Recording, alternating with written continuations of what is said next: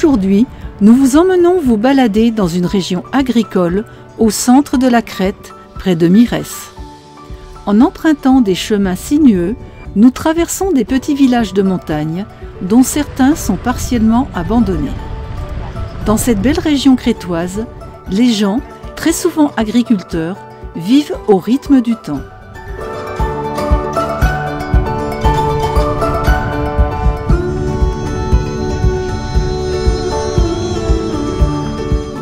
Nous arrivons au lac de l'Aloumas, grande retenue d'eau enserrée dans les collines et destinée à stocker l'eau des montagnes environnantes. Cette eau est une réserve pour la population et pour irriguer les cultures de la région comme la vigne et les oliviers.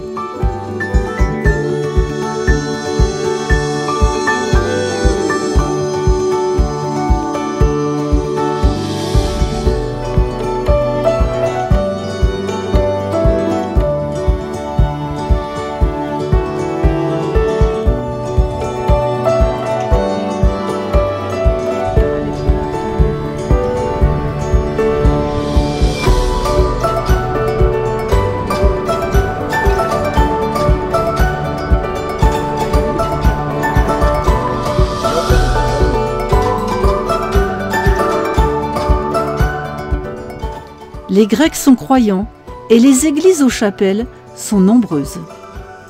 Les artisans, qui maîtrisent parfaitement leur art, construisent de belles réalisations architecturales, comme cette petite chapelle avec son toit en lauze.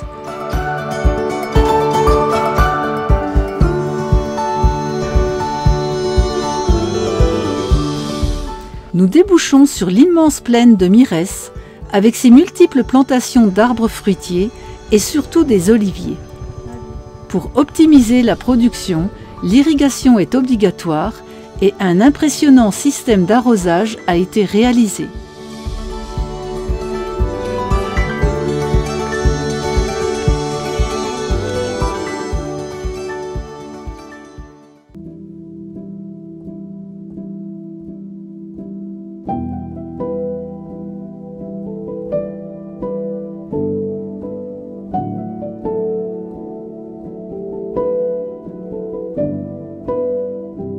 Nous sommes en route pour visiter la nécropole minoenne d'Arménie, qui est un cimetière situé à quelques kilomètres de Réthymnon.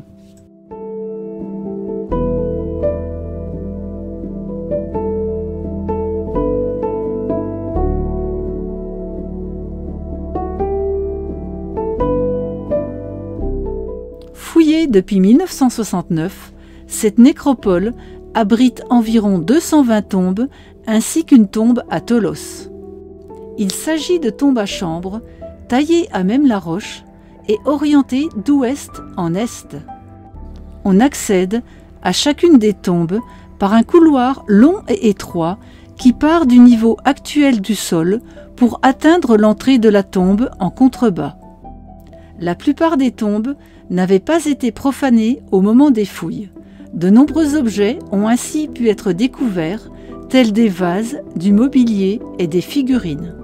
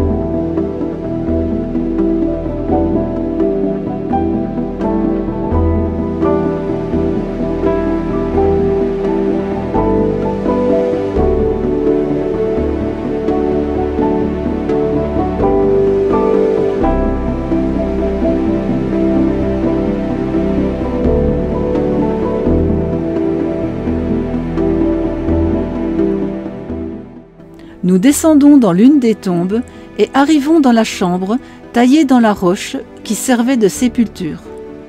Environ 500 squelettes ont également été retrouvés sur le site, ce qui fournit une riche source d'informations sur l'apparence physique et l'état de santé de la population de cette période.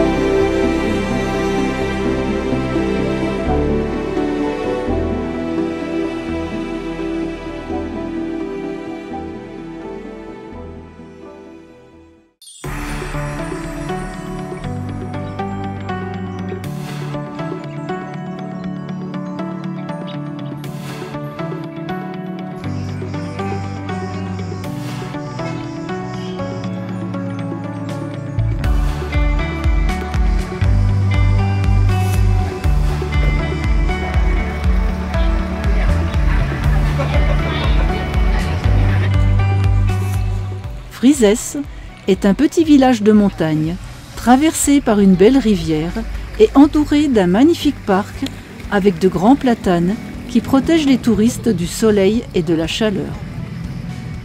C'est l'heure de se restaurer, de se reposer et de boire un bon café frappé.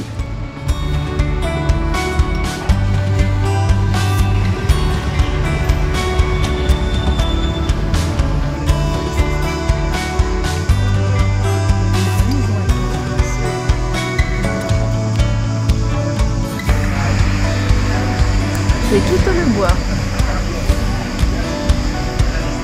C'est très bon. C'est très frais.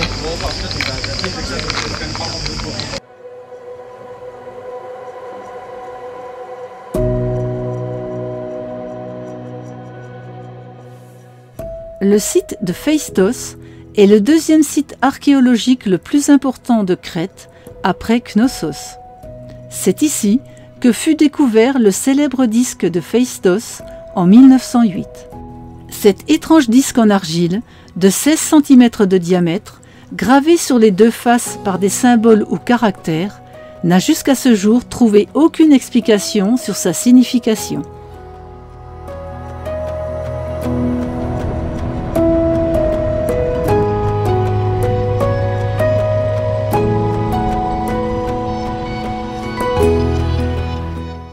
Le palais de Phaistos domine la plaine de Messara à environ 55 km au sud d'Héraklion.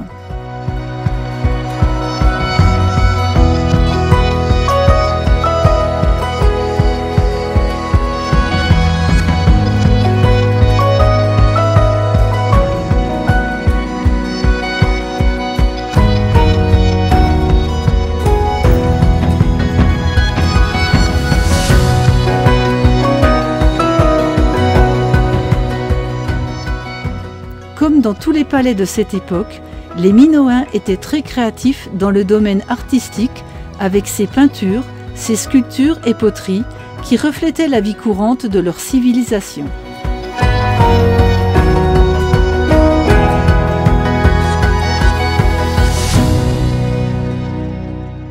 Nous allons visiter ce palais composé de quartiers royaux, de salles d'entreposage, d'un bassin lustral, de sanctuaires et d'ateliers.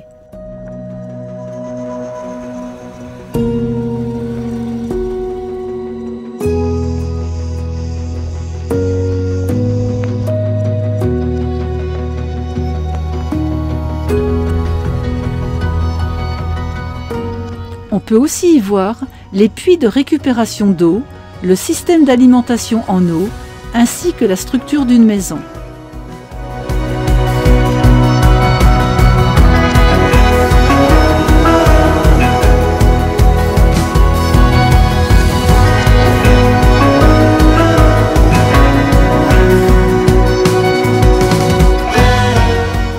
Près de la cour centrale, nous découvrons les magasins de stockage avec de grandes jarres où étaient entreposés les céréales, le vin ou les olives utiles à la vie courante.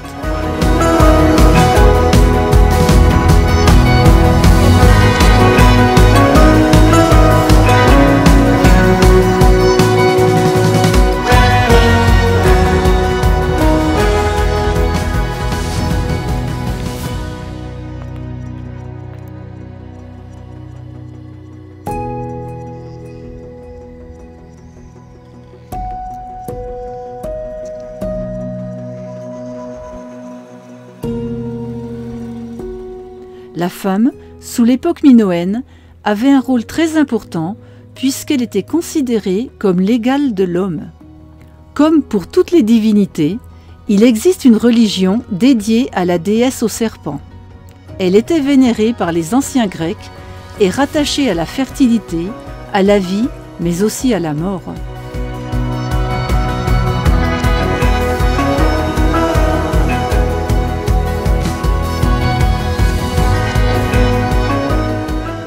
En face de l'escalier du théâtre se trouvent les coulouresses que l'on retrouve dans tous les sites minoens. Ils auraient servi, selon les archéologues, d'immenses silos à grains alimentant le palais.